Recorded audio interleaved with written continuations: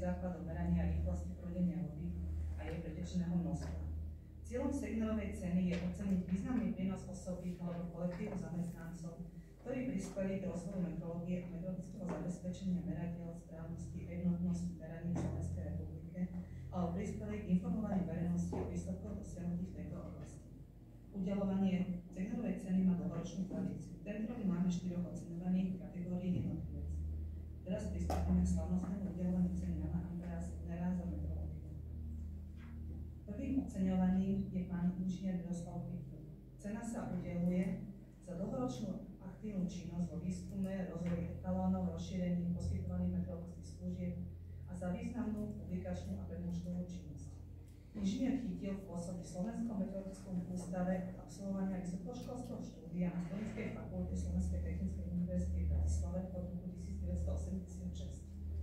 Od začiatku svojho pôsobenia sa podieľal pri riešení významných technických aplikácií v oblasti metrologického výskumu a rozvoja etalónu v oblasti metrológie tlaku.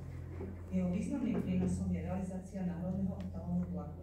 Ako odborník pre veličený tlak zastupuje Slovensko v viacerých medzinárodných technických komisiách a výborov právnici BIPM, Euramet a Comet. Je garantom akreditovaného kurzu a tiež pôsobí ako garant národného etalónu tlaku. Je autorom viacerých princípov a technických riešení, ktoré sú chránené patentom. Bol riešiteľom a spoluriešiteľom medzinárodných projektov v oblasti metrológie. Intenzívne sa venuje mladým metrológom a podielal sa na výchove ďalšej generácie odborníkov v oblasti metrológie. Svojou dlhoročnou tvorivou prácou, odbornými publikáciami, prednáškovou činnosťou a dosiahnutými výsledkami sa zaraďuje medzi najväčších expertov v oblasti metrológie tlaku na Slovensku. Súčasne je veľmi rešpektovaný aj v zahraničí. Poprosím pána inžiniera Miroslava Kytila o prevzatie ceny a pána predsedu o odovzdanie.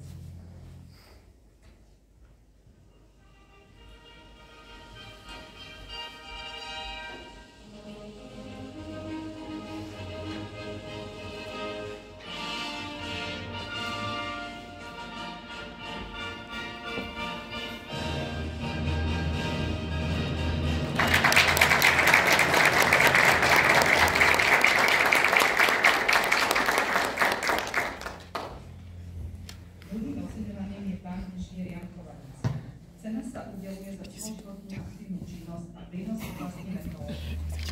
Nominovaný inžinier Kovanec od roku 1980